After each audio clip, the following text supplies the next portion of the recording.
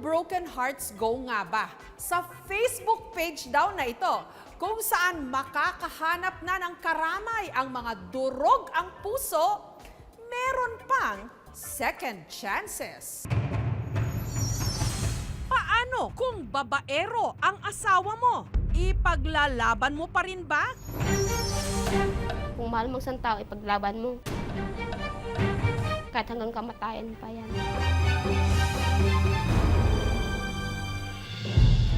Pero bago natin tayuan si Jenilyn ng monumento, pakinggan muna natin ang kanyang kwento.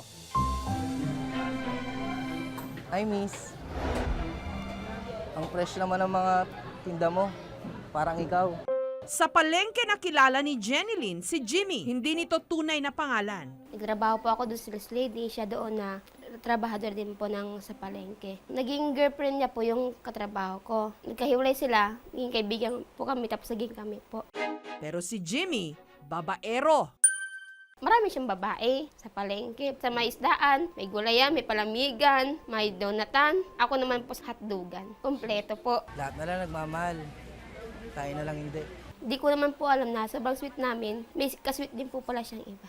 Si Jenilyn, bulag naman sa pag-ibig hanggang nagkaanak na sila. Gabi na po siya umuwi, yung nag-iinom po siya, yung nagka-basketball kahit may anak na. Parang buhay binata pa rin. At kahit sa muling nagdalang tao si Jenilyn, si Mister hindi pa rin daw tumino. Nag-chat sa akin yung katrabaho niya, sabi niya, Jen, yung asawa mo dito, nag-away-away na kami. Sabi niya, buntis yung asawa mo, mangbabae ka pa. Agad niya itong sinugod. Asawa ko to ah. Naginuman sila, di naman mag-akbay sila. Inamin naman niya po sa akin. Sorry sa mga nagawa ko. Sabi ko sila, mapipiliin mo, ako kami ng mga anak mo o yung babae. Yung babae po talaga. Pero hindi ko po siya dinalis ng bahay namin. Pero sasama ako. Saan ka pupunta? Sabi ko, sama ako kahit anong mangyari. Magpupatayan talaga ako sa babaeng. Piliin mo kami ng anak ko. Mahal ko po eh. Hanggang si Jenilyn nauntog. Bira talaga siya umuwi. Sabi ko sa kanya, uy, maghiwalay na lang kami. Pagod na rin naman ako eh. Sa dami yung pinagdaanan natin, mapagod din naman ako. Si Jenilyn nagmahal, nasaktan, kaya nagpaganda. Sinubukang mag-move on. Hanggang nakita niya ang isang Facebook group na tila nangungusap sa kanya, ang samahan ng mga hiwalay sa asawa. Dito makikita ang hinaing ng mga broken-hearted, posts ng mga marurupok na humihingi ng payo sa kanilang love life at iba't ibang selfie pictures o video. At PM is the key raw sa mga LF o yung mga looking for mapapangasawa o hindi kaya bagong jowa. May nagsabi po sa akin doon na, paano ba pag babaero ang asawa mo? Ipaglalaban mo pa rin ba? Sabi ko, ipaglalaban mo. Kung mahal mo isang tao, ipaglaban mo. Na-experience ko na yun, pero sumuko na rin ako. Doon ko po nalaman sa na, hindi lang pala ako naging tanga, marami pala. Nagsama-sama po kami.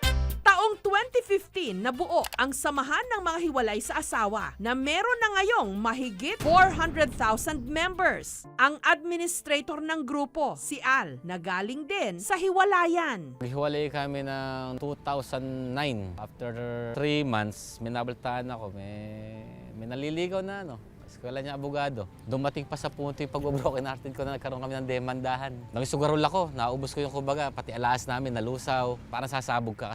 Ang Facebook group na ito ang naging kasanggaraw niya sa pag-move on. Ang main goal ko, magkaroon na second chance ang mga nasawi sa pag-ibig. Ay natutuwa naman ako sa mga nakakatuluyan. Meron ng nagkaanak, kinuha ko ninong. Marami rin po ako nakaka-chat po doon. Naglolo ko rin yung mga asawa nila. At isa sa mga miyembro na kinagiliwan dito ni Jenilyn, si Jerome. Una na po siya ng waki. Hindi ko gusto kasi ang pangat ng mukha. Sabi ko sa kanya, hindi bumabagay. Si Jerome, gwardiya sa Quezon Province. Galing din daw sa hiwalayan. Nahuli ko nga rin siya nung may kausap. Tumawag po ulit, nawak ko na yung cellphone. Lalaki po yung sumag. Nasaktan po ako. Kahit sabihin ko pong may pagkukulang ako sa kanya, dapat din niya ginawa sa akin. Hanggang nakita nga niya ang FB group na ito. Nagsimula na po akong magpasaya ng tao sa pamamagitan po ng pagwawaki ko. Pero hindi porkit nagpapasaya ako sa ibang tao, is masaya ako. Nung that time na yun naghanap nga po ako nung forever ko. Nakita ko po siya, inad ko po siya.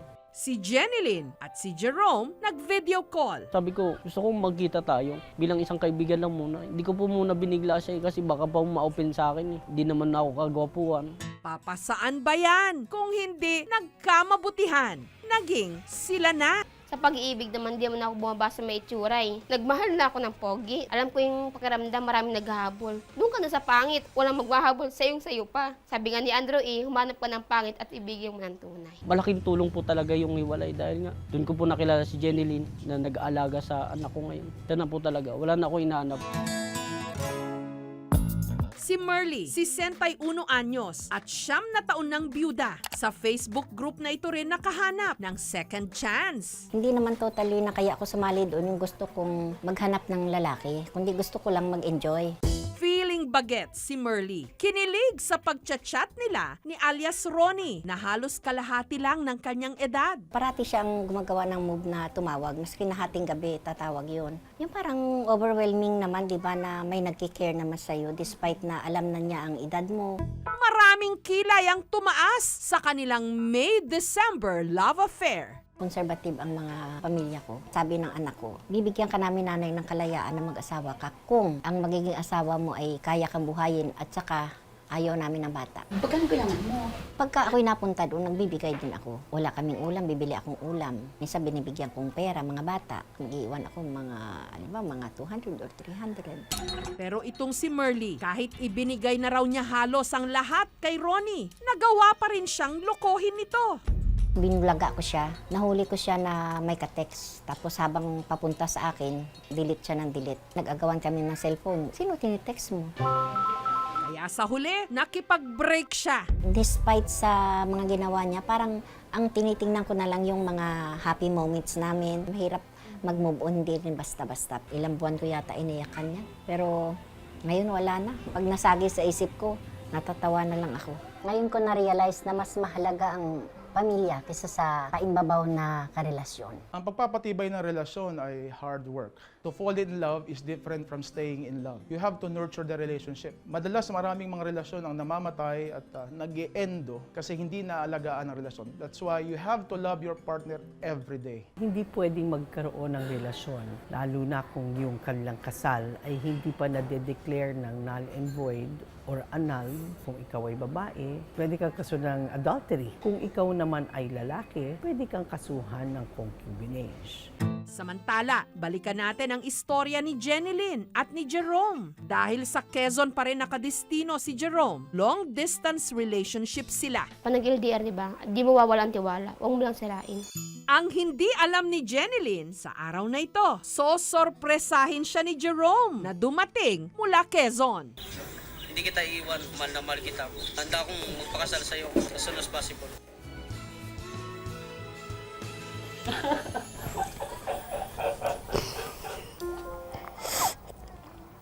Dito na ako.